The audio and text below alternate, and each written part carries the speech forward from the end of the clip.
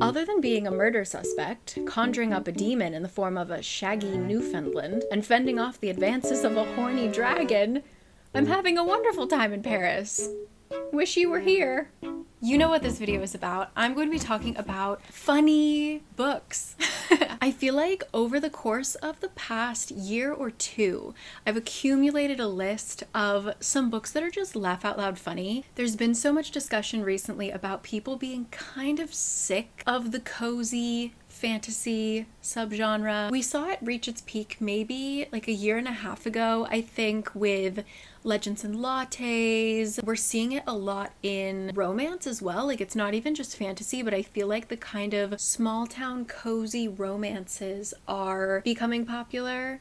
Partially, and I would love someone else to do this, but I really think a lot of that, specifically in the romance sector, is that indie authors have gamed the book talk system. I really think, like, especially the, like, what is it, the Pumpkin Spice Cafe or something like that, that author learned the algorithm, bless their heart, and went viral. So I think that it's kind of a mixture of things, of somewhat of an organic trend, as much as a trend can be organic, right? We all kind of went towards the cozy, especially in the post-COVID era. But I do think a lot of it has to do with specifically TikTok and the algorithm and kind of how you just keep seeing the same thing over and over again and you kind of crave it, right? So that was the moment that cozy fantasy had. It has seen somewhat of a downfall. Too much of a good thing.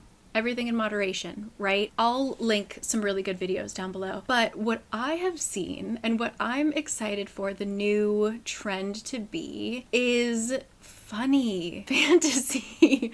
I love laughing out loud. I find that I can cry really easily reading a book. I cry for anything. I'm on the verge of tears at all time. But to make me laugh out loud, it takes a lot of skill, I think. So in this video, I want to talk about books that have made me laugh out loud previously, and I have quite a few books that I want to read. Full disclaimer, this is really just an excuse to give myself permission to set aside time to read the Little Thieves trilogy. So, a lot of these books I have read prior. A lot of the books that I will be reading I got from various sources, forums, book bloggers, and so I want to give a shout out to the sponsor of this video, which is Squarespace, who is a wonderful place if you are looking to host a blog or really any kind of online presence. So I personally have a website that I use as kind of a travel blog, but Squarespace has a bunch of different features, such as monetization features if you want to open your little shop. They also have like comment sections and email lists and things like that if you want to start more of a community-based thing. They have free and easy to use templates, so with a couple of clicks you can create a website that looks really great. If you just want a portfolio out there, it's just a great place to be able to point people to instead of it being like your social media or something, which you can also link your social media to your Squarespace. Just overall, a really wonderful service that I've been using for years, and thank you Squarespace for supporting this channel, supporting bloggers out there. And so if you would like to try Squarespace for free, you can go to squarespace.com right now and set up your website. When you're ready to launch, you can go to squarespace.com/carrycanread to get 10% off of your first website or domain. My website is always linked down below if you want to see it. And truly, yeah, thank you to book bloggers, people on all of the subreddits. Bookish people are so great. So full of great recommendations. So let me talk you through what we're gonna do today, because I'm impatient, I'm sleep deprived. Kurt got on an airplane, he had to leave for the airport at 4 a.m. and I'm feeling it. So this could get a little unhinged real fast. But what are we doing today? First, I just need to give a shout out to my book mail.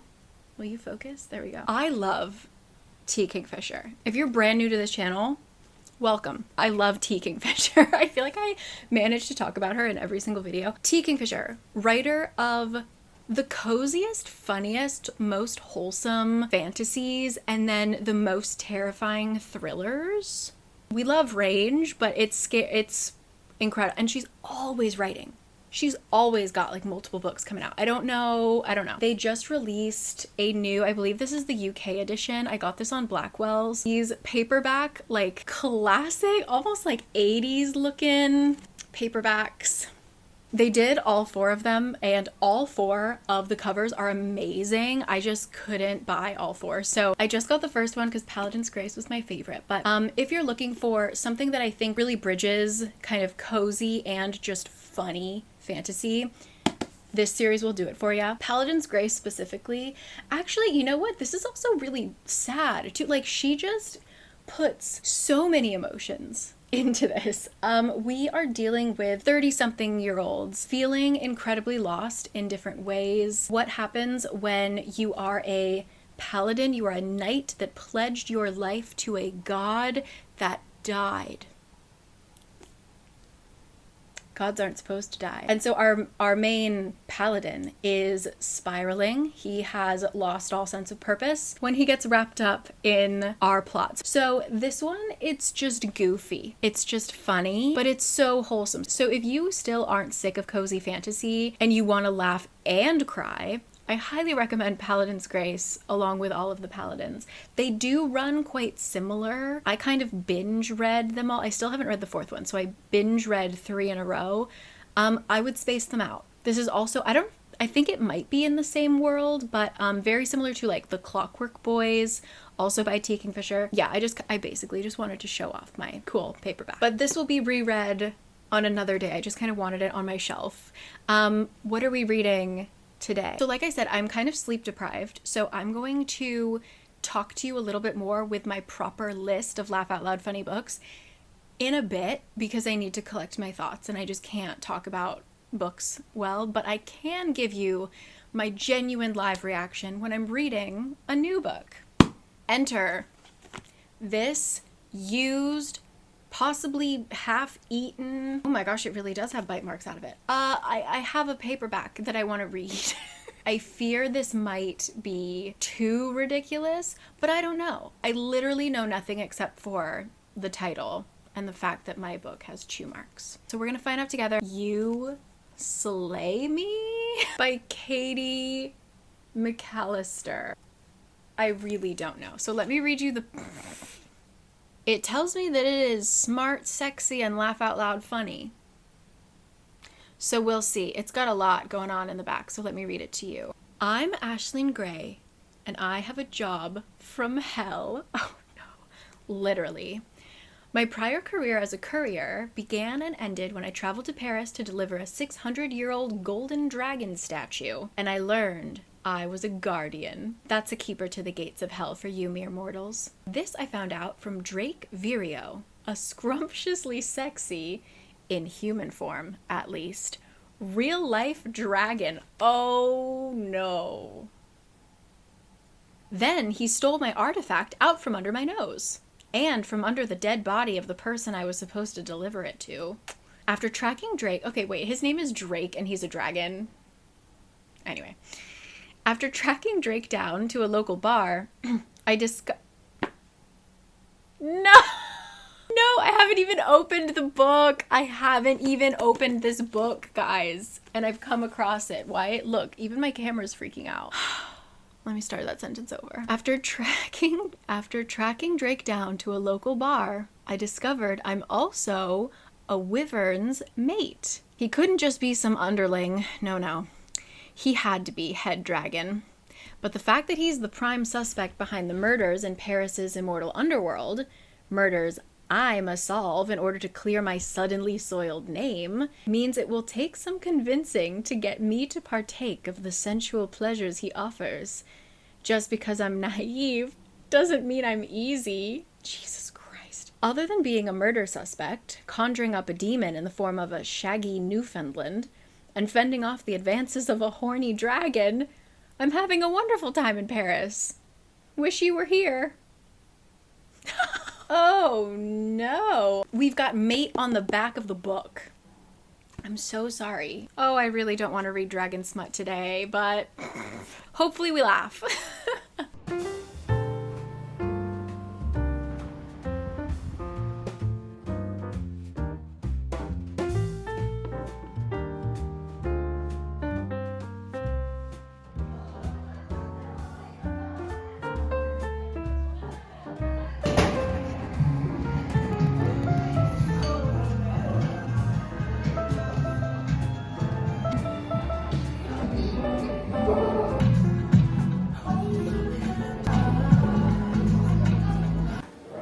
Guys. So I'm laughing,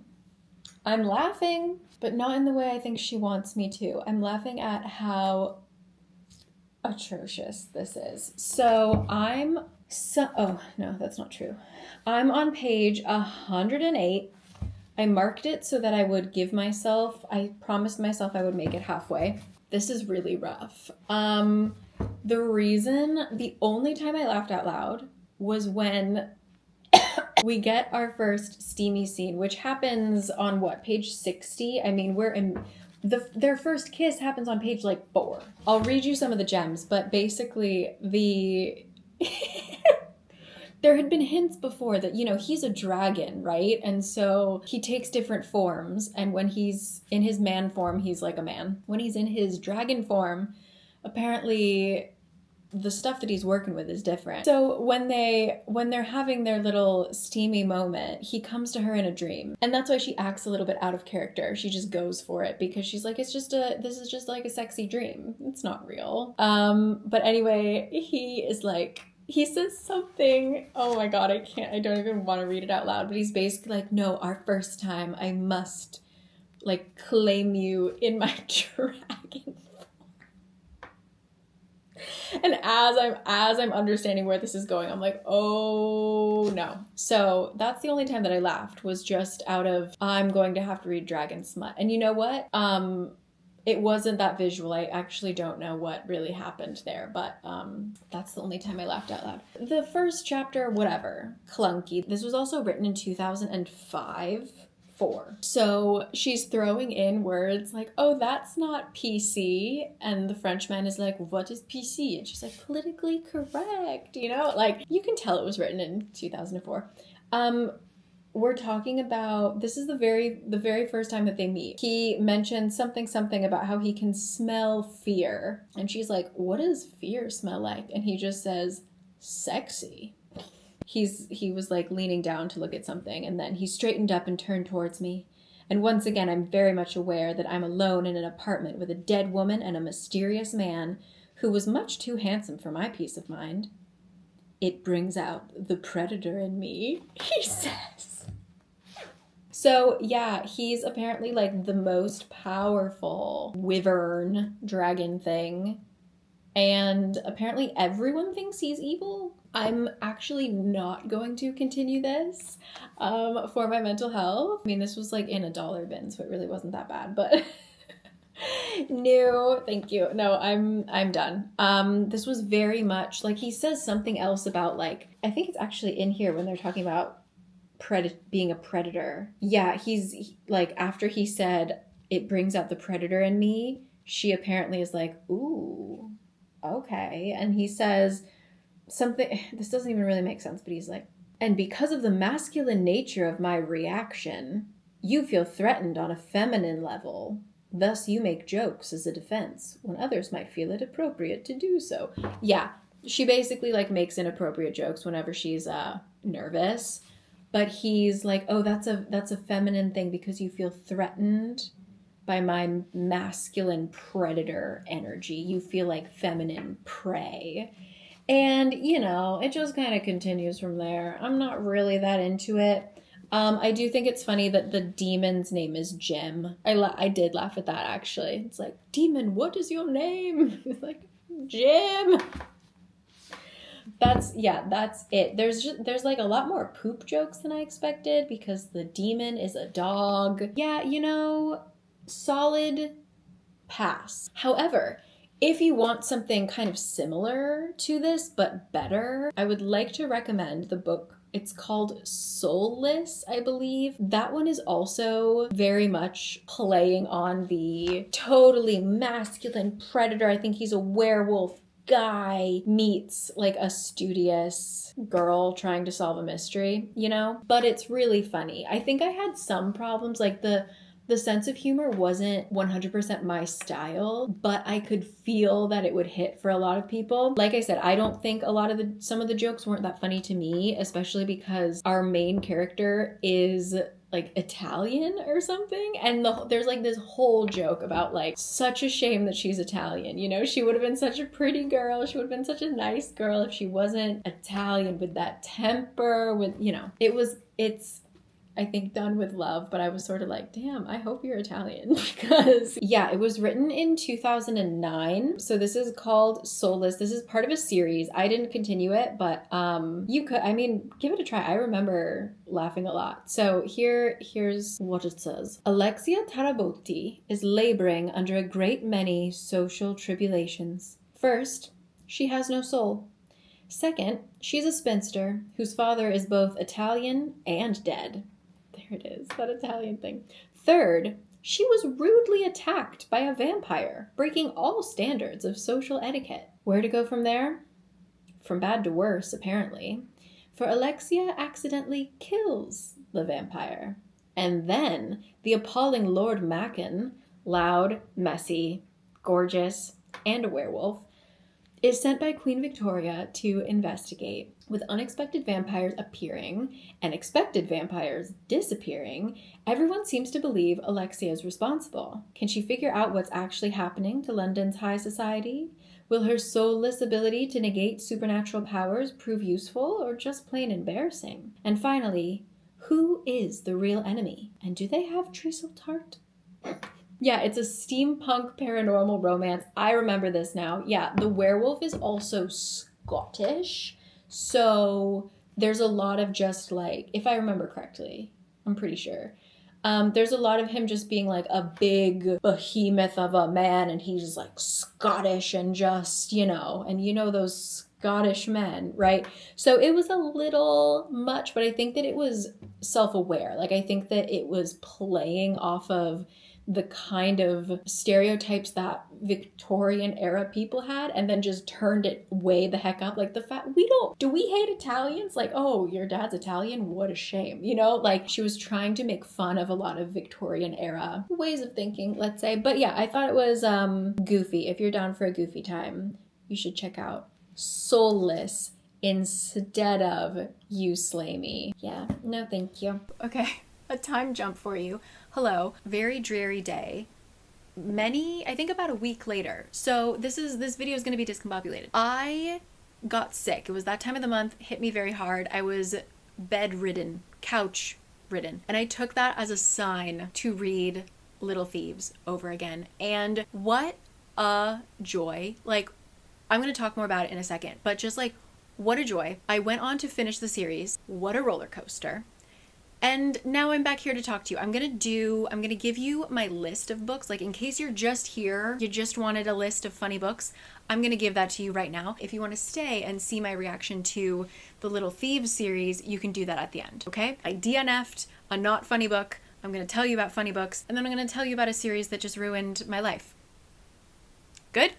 Good. I know that funny or humorous is very broad, so I'm trying to put them into smaller little sections here. Ones that I already talked about though. I mentioned Paladin's Grace. I will repeat to you. T. Kingfisher does this like dark, dry sense of humor. She plays with kind of funny elements. So in Paladin's Grace, she has a knight that knits socks because he has anxiety, and that's how he deals with it, and things like that. Like, everybody has a quirk. She's very good at picking out quirks for characters.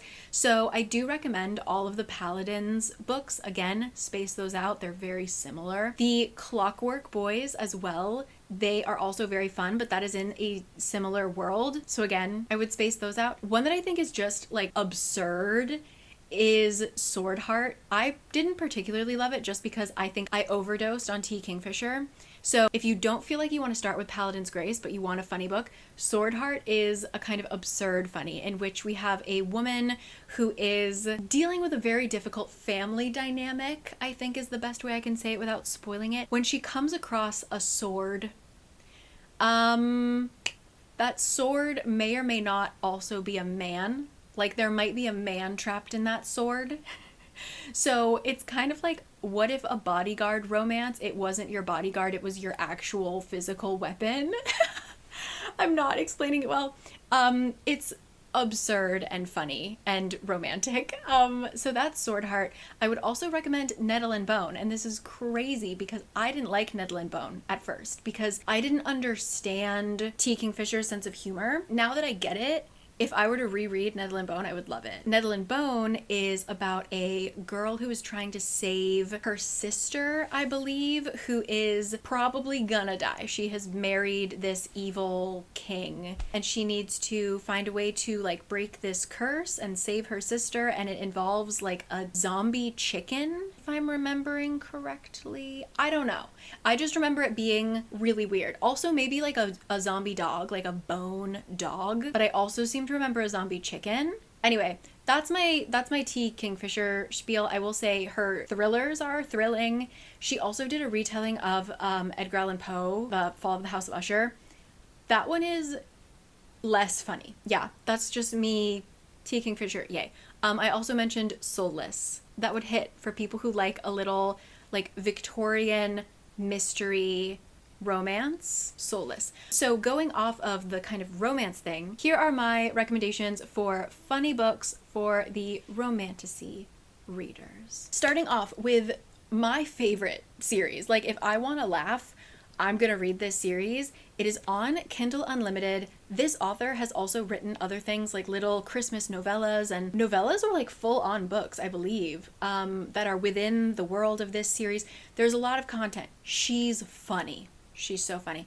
This is Thrown in the Dark. I know, it doesn't look like much. If you like romantasy, you'll be howling.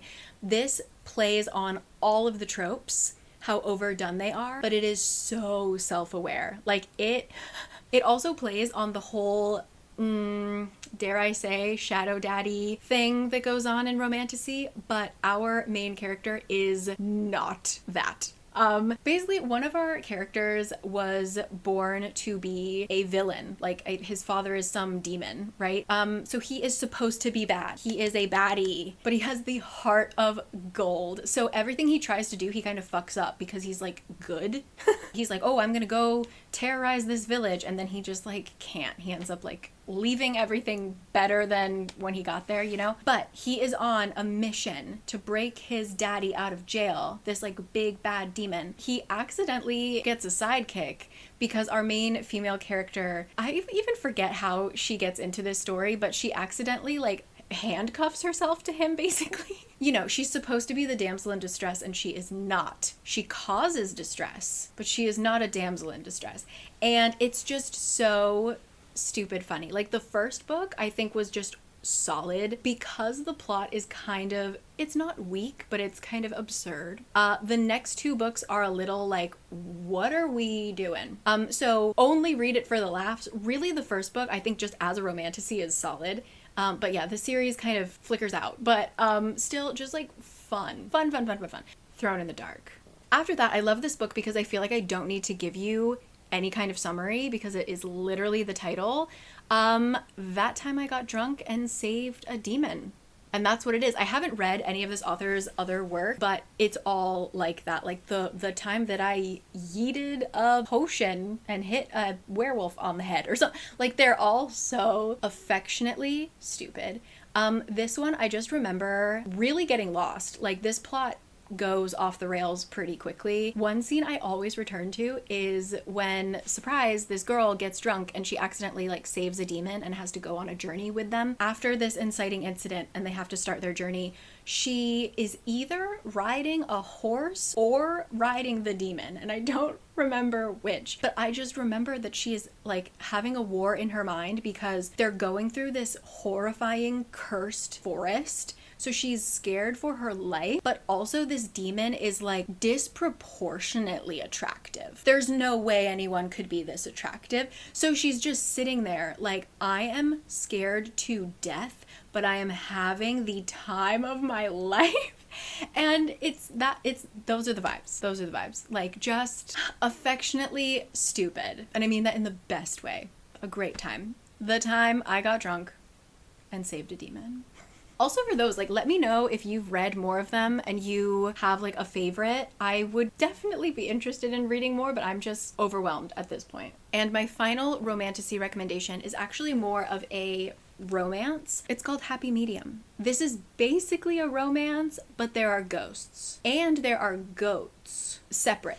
Ghosts, goats, both very funny, both integral to the plot, I would say. This is about a psychic who is a faker. Like, she's not actually psychic. She usually tells fortunes, but one of her like oldest customers is like, listen, my neighbor is this hot young farmer. He's trying to sell his farm, and every time that people come look at it, they say that it's haunted. So can you use your psychic powers to go banish this ghost, right? And she offers her a ton of money. So of course our fake psychic is like, exorcism? Of course. What happens when she gets there and there is a ghost, but the ghost is trying to save young hot farmer from a curse placed on his family, and we have to save the farmer and maybe fall in love with the ghost and the farmer and the goats all at once. It was just like cozy, feel good, and funny. Like, particularly the ghosts and the goat were very funny. I would say this one is the least fantasy of my recommendations, but you will laugh. Particularly, I just love when there are people who are scared of animals, and then there is an animal that is just like really affectionate and they freak out. There are baby goats. That's all I can say. There are baby goats. Read it. Read it. Read it. Thank you. The next category is funny fantasy, but for more of like a traditional fantasy or like a high fantasy reader. The first one on the list is more bridging that gap between romantasy and fantasy, just because it does have romance as kind of the key thread throughout the plot, but it does feel very, I don't know, just like a traditional fairy tale kind of feel. And that is Someone to Build a Nest In. So this is funny, but funny in a gross way, I think. Someone to Build a Nest In follows a monster who is woken up from her hibernation by a bunch of monster hunters. She escapes by the skin of her teeth. I don't think she has teeth at this moment. We'll get into that.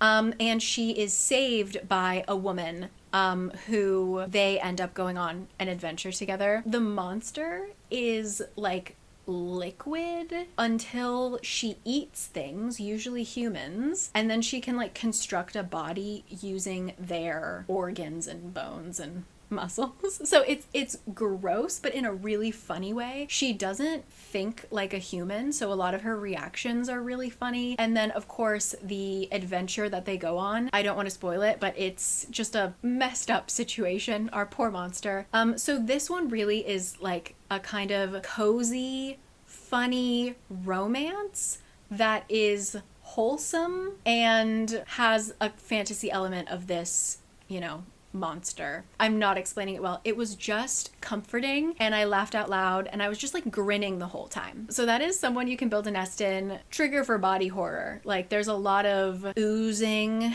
crunching, those kind of words. But a joy of a time. A joy of a time. After that, I have a physical. I do have a novella for you. The Haunting of Tramcar 15. This is by P. Jolly Clark, I believe is how it's pronounced. Okay, so I read this one last. I read Masters of Djinn first. This is steampunk, alternate history, set in Egypt. I'm gonna butcher this, so let me just read it to you. Cairo, 1912. Though Fatma is the youngest woman working for the Ministry of Alchemy, Enchantments, and Supernatural Entities, she's certainly not a rookie, especially after preventing the destruction of the universe last summer. So when someone murders a secret brotherhood dedicated to one of the most famous men in history, Al-Jahiz, Agent Fatma is called onto the case. Al-Jahiz transformed the world 50 years ago when he opened the veil between the magical and the mundane realms, before vanishing into the unknown. This murderer claims to be Al-Jahiz, returned to condemn the modern age for its social oppressions. His dangerous magical abilities instigate unrest in the streets of Cairo that threaten to spill over onto the global stage. Alongside her ministry colleagues and her clever girlfriend Siti, Agent Fatma must unravel the mystery between this imposter to restore peace to the city, or face the possibility he could be exactly who he seems. So, yeah. Basically, she needs to save the world. There's a cult They all get killed. Her girlfriend is like a burlesque dancer spy. She gets a new sidekick that is hilarious. I absolutely love detective stories where, kind of like a Watson character, where there's just one character that really is a stickler for the rules, like bogs everything down. All of the characters are so funny. I don't think it was written to be a humorous novel, but the interactions with the characters, I was laughing out loud. And you could, if that, I think it's like a 300, 400 page book. If that seems like too much for you, there's actually 2, if not 3 novellas that precede it. So I didn't personally feel like I lost. There wasn't information I was missing. But if you do want to just read it in like chronological order, there are 3 novellas before that. And the one that I have read so far has been hilarious. So Master of Djinn and the Haunting of Tramcar 15. Next up, how do I talk about it? Guys, how do I talk about Gideon the Ninth?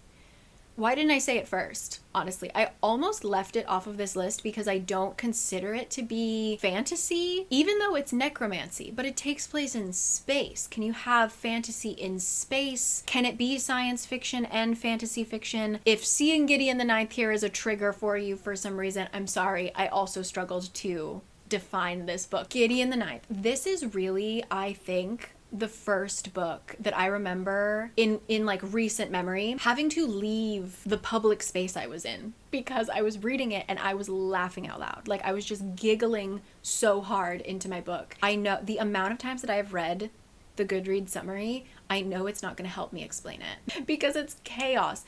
Gideon the Ninth, if you're like struggling with audiobooks, this is the book. Like be careful because you will laugh out loud, but like the narration, the voice acting, I'm new to audiobooks, so like, excuse my verbiage, hilarious. Like the accents, the voices, the delivery, so good. So, oh my God, how do I describe Gideon the Ninth? Oh, well, we're in space. There are a bunch of different planets. Each planet has a royal family. Each royal family has been called to the kind of headquarters of the planet to partake in a ritual that if they are successful in this ritual, they will be kind of leveled up in the hierarchy of the world, right? And each planet has a different power.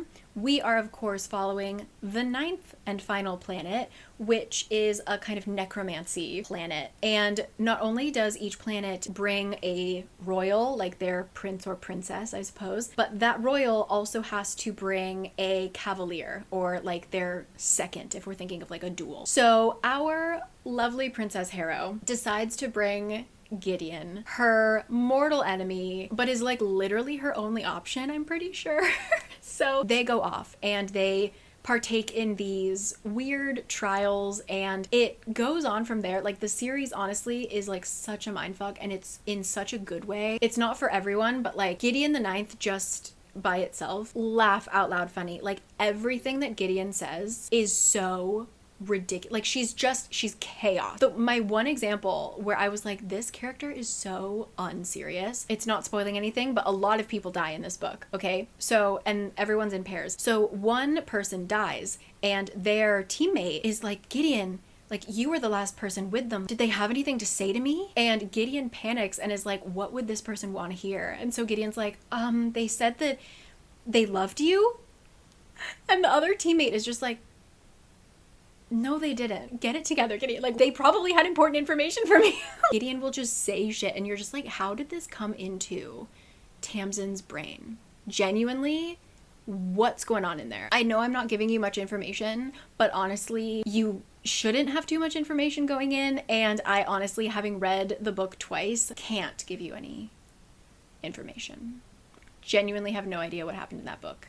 In a good way. And last but not least, in this section of the high fantasy or more traditional fantasy, one that I am actually just about to finish, this was part of my reading project for this video. I'm reading Mort by Terry Pratchett. Terry Pratchett is just funny, undeniably funny, has been for decades. I'm so intimidated by authors that have so much work, right? The Terry Pratchett catalog, intimidating. Also, like, he's written in like Discworld, has so many books, and for me, I'm thinking like, oh, I should read it chronologically, but then there are people who are like, no, you should start with the first one and then go to the fourth one and then go to the... So leave your opinions down below for me to continue Discworld. But I just read Mort because it was like the start of one of the arcs. So I think it's like the 5th book, maybe. Mort is about what if death takes on an apprentice, and he is a well-meaning but a little bit goofy young boy named Mort.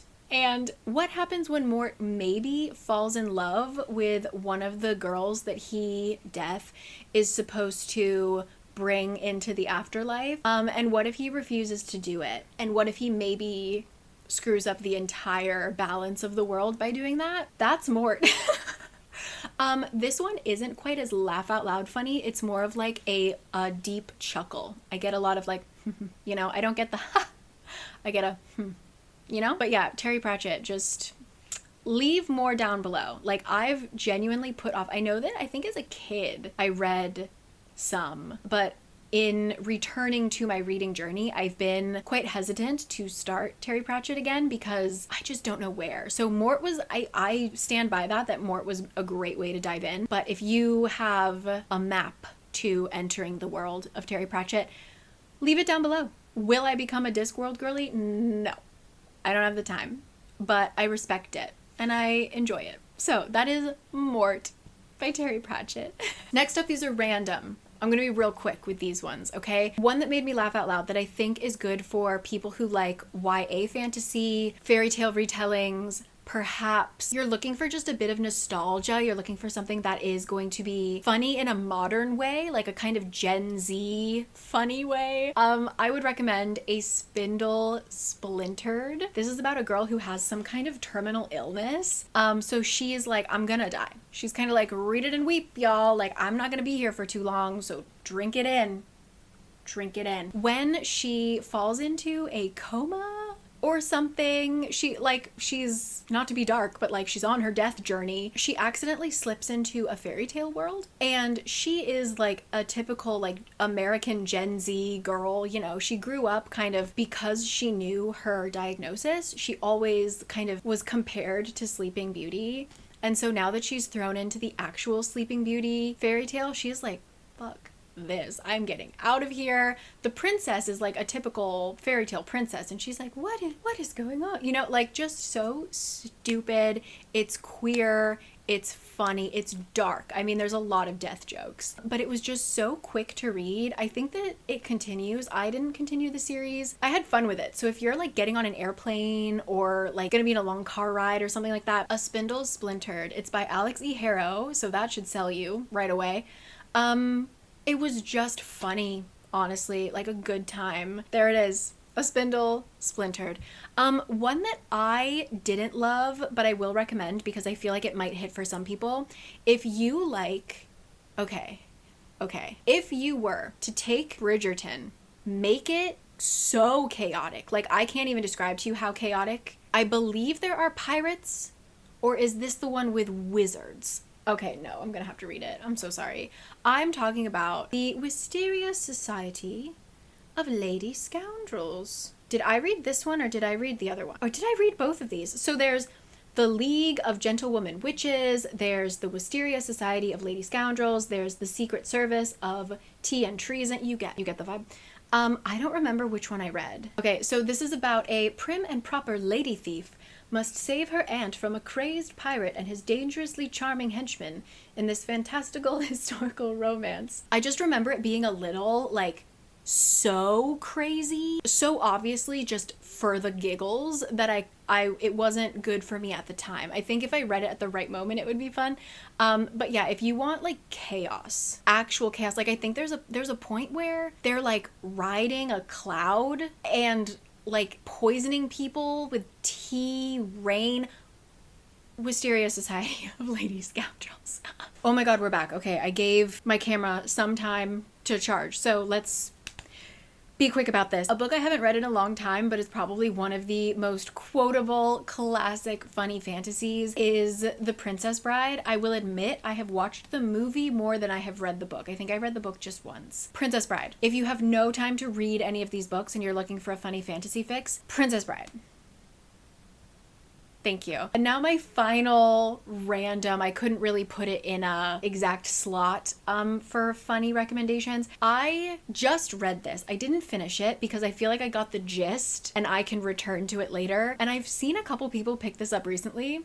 It is Dungeon Crawler Carl. Yes, this, I don't know if I'd call it fantasy. This is more like sci-fi dystopia. It's a video game is what it is. I would recommend this, honestly, if you have a significant other or a friend who is so into video games or gaming, let me say, and they want to read but they can't. They're always like, I just don't, it's not fun for me. This is literally a video game and you're setting up the video game. I feel like I want you to go in with as little as possible. So Dungeon Crawler Carl starts with everyone on Earth has died. All right, maybe not everyone. Everyone who was indoors when this like weird alien race decided it was time to collect rent. Basically, the Earth owed somebody some minerals. And yeah, they just like crushed everything. So if you were outside at the time of the crushing, you survived. But do you want to survive? We'll find out. Carl is outside, even though it was 2 a.m. his time.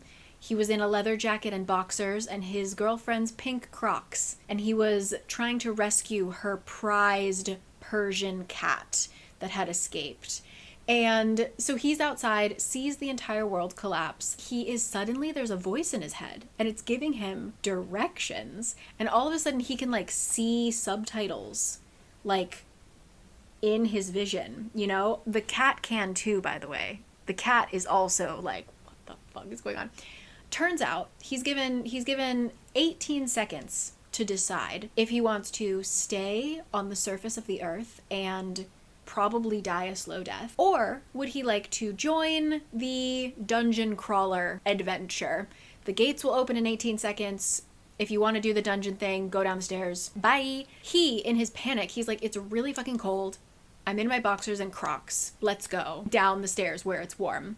Turns out he has now entered a like reality TV show that's like 18 levels and he has to like survive each dungeon level. And yeah, it's televised for like the whole universe and it's so stupid. Like the whole beginning, it's very world buildy. Like it genuinely feels like you are getting set up in a video game. Like he starts off with a tutorial and so we go through like pick up this item, put it in your inventory, you know, like that kind of thing. So the beginning's a little clunky, but it's just so bonkers. There's a talking cat named Princess Donut, who is queen of everything. And if you survive, if you get to level 18 of the dungeon, I believe you get to become the ruler of Earth.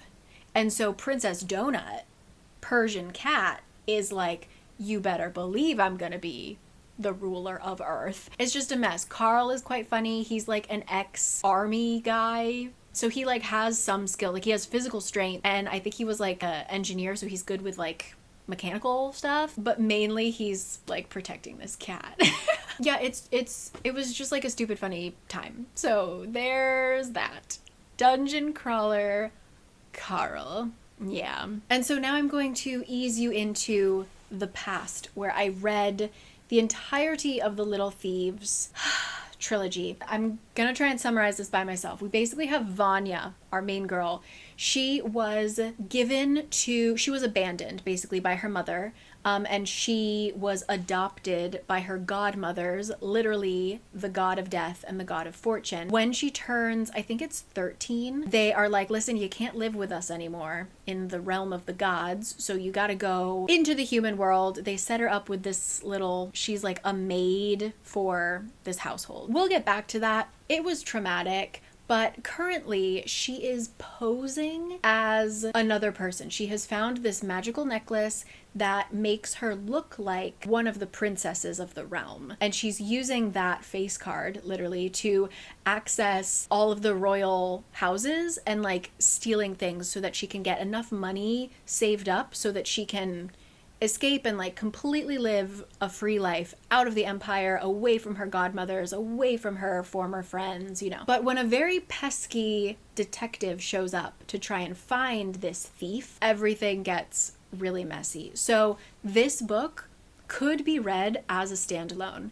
It is so funny. It has really fun fantasy elements. There are a lot of like gods, obviously, but then there's like the lower gods or the like household gods. I believe it's pulling more on like Germanic references, but when you think of a lot of different cultures that have like the god of the fireplace or like the god of the home, you know, lots of little things like that, little monsters, little demons.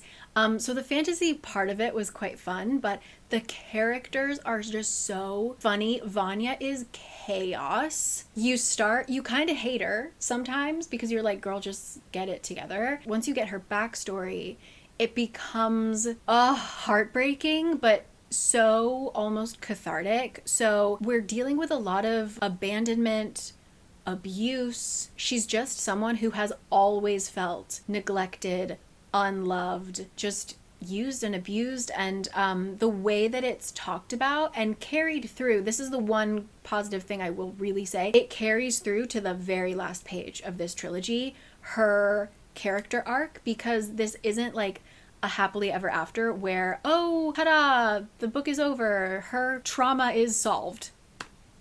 Like, no. So we follow her, and I think that Margaret Owen did a really great job dealing with that, as frustrating as that made Vanya as a character. I thought that was really great. So I'm gonna leave you here. Now let me read you Painted Devils. Little Thieves was a reread, and I liked it even more the second time, just because I was like prepared for the chaos, I think. Let me read to you what Painted Devils is. Okay, here we go. Ready? This is not going to be spoilery at all. Okay, let's get one thing straight. Vanya wasn't trying to start a cult.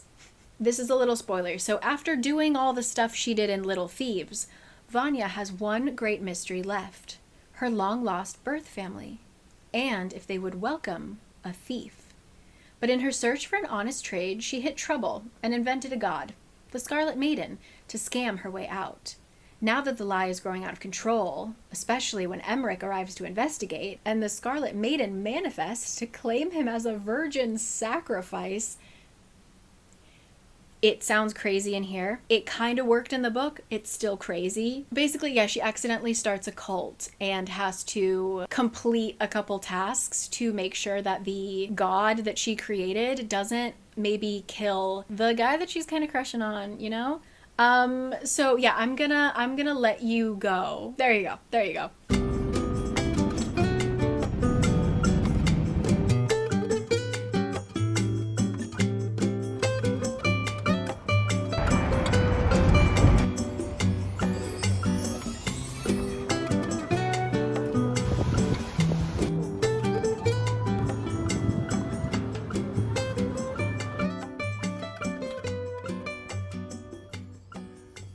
Okay, I'm going to read you an excerpt.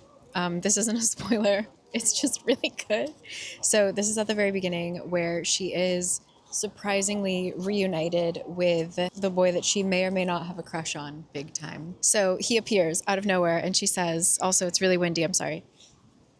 She says, I was really hoping that when I saw him again, I would lead the conversation with something like, hello, dear. Thank you for your patience. While I was on my journey of self-discovery, I solved poverty. I discovered a cure for a plague, or I invented something so incredible the printing press was embarrassed for itself. But you know that feeling? The one where your entire brain melts out of your ear holes because your head is on fire and the rest of your body overcompensates by freezing on the spot, and then the only thing left in your skull is the ghost marching in a circle banging two pots together? That's about where I'm at. So the best I can muster is an utterly clotheslines shite. Somewhere behind me, another goat lets out a scream. I can only imagine in solidarity. And then he says, you started a cult? No, I mean, a little? My hand balls up my billowing sleeves. It's cult adjacent. Cult-ish? I love them. They're so chaotic. And you know what? I was worried. I didn't understand how we could go from how Little Thieves ended to this, but actually it makes a lot of sense. And she's really dealing with not feeling good enough especially for someone as great as the guy she has a crush on. So she is really on a journey of self-discovery, and she's kind of like, I don't want to start a relationship until I'm like, she thinks that she's good enough, you know, like deserving of it. And so she's trying to like make an honest living, and then she accidentally starts a cult, and the accidental cult starting is actually like legitimate and funny and like just really good. I'm only on page 19, but I love these characters so much. It's also so windy, so I might finish my coffee really fast and go inside. It is a holiday here in Korea, so the park is packed. I got the last bench. But yeah, happy, so happy.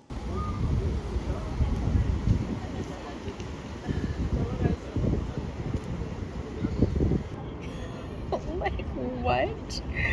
The birth of an accounting ledger made French. 24 hours later. I started this entire video trying to find books that were funny, that would make me laugh, that would take a weight off of my chest, and instead I read the most heart-wrenching series. So I'm gonna give a full review later once I've gathered my thoughts.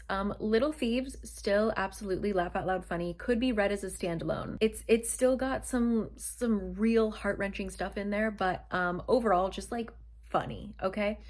Book number 2 in the series, I have a lot of issues with it. But it was mostly just frustrating and working through a lot of like deep personal issues. Still funny, but like that was less of the point. The last book in this series that I just finished, that I read 500 pages in one day. I literally have been reading for almost 12 hours straight. Oh my God. I felt like someone had my heart squeezing it the entire book. Funny, but damn, not the emotion I was going for. Wow. A very specific type of person will like this book. I liked it. I would recommend, if you just want funny vibes and like a little adventure, just read the first one. You've got to be a real specific person for the last 2 books. Unfortunately, I am that person. But now I have to go stare at a wall for the rest of the night until I fall asleep. Talk to you later. And now I'm here a day or 2 later, slightly more sane, to talk about the trilogy. Okay, so here are my very quick thoughts. I think I'll go a little bit deeper into it in my wrap up at the end of this month because my battery wants to die. Painted Devils was still very funny, but I think that this one focused a lot more on her trauma and her feelings of inadequacy and a lot of self-doubt and things like that. So it was a very frustrating read, to be honest, just because you could see that if she just accepted that everyone actually loved her instead of those evil voices in her head that told her everyone hates her, she could have her happily ever after, but like she's not ready for that yet, you know? So it was a very frustrating read. Also, while Little Thieves did have romance in it, I thought that like the whole story was balanced quite well.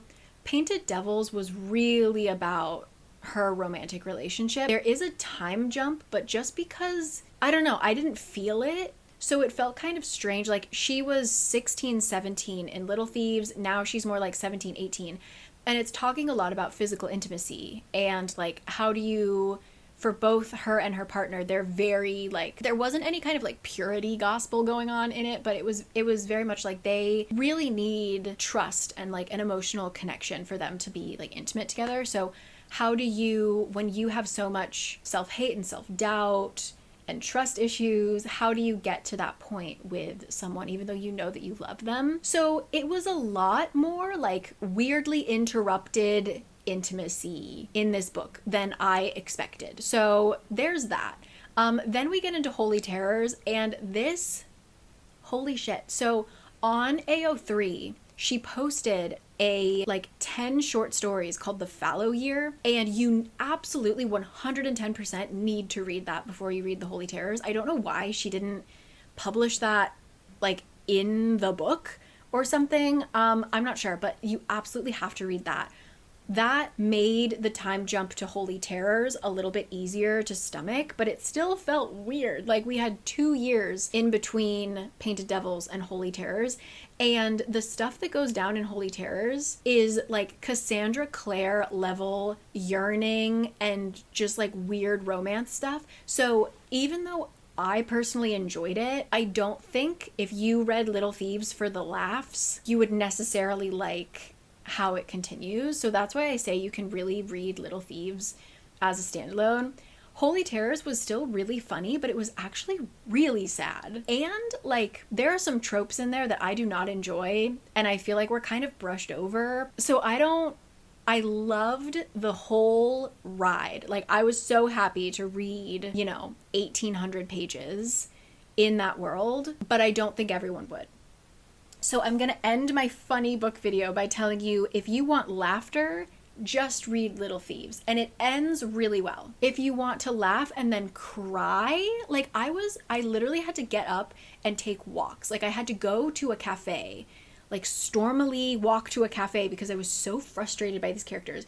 Then I sit down, get my coffee and cookie, and one of my favorite characters dies. Not a spoiler, everybody dies in this freaking book. And so I have to get up and walk home because I'm crying. Like, don't do it if you are in a fragile state, let's just say. So yes, Little Thieves as a trilogy was a fun time. The fun was in Little Thieves, was in the first book.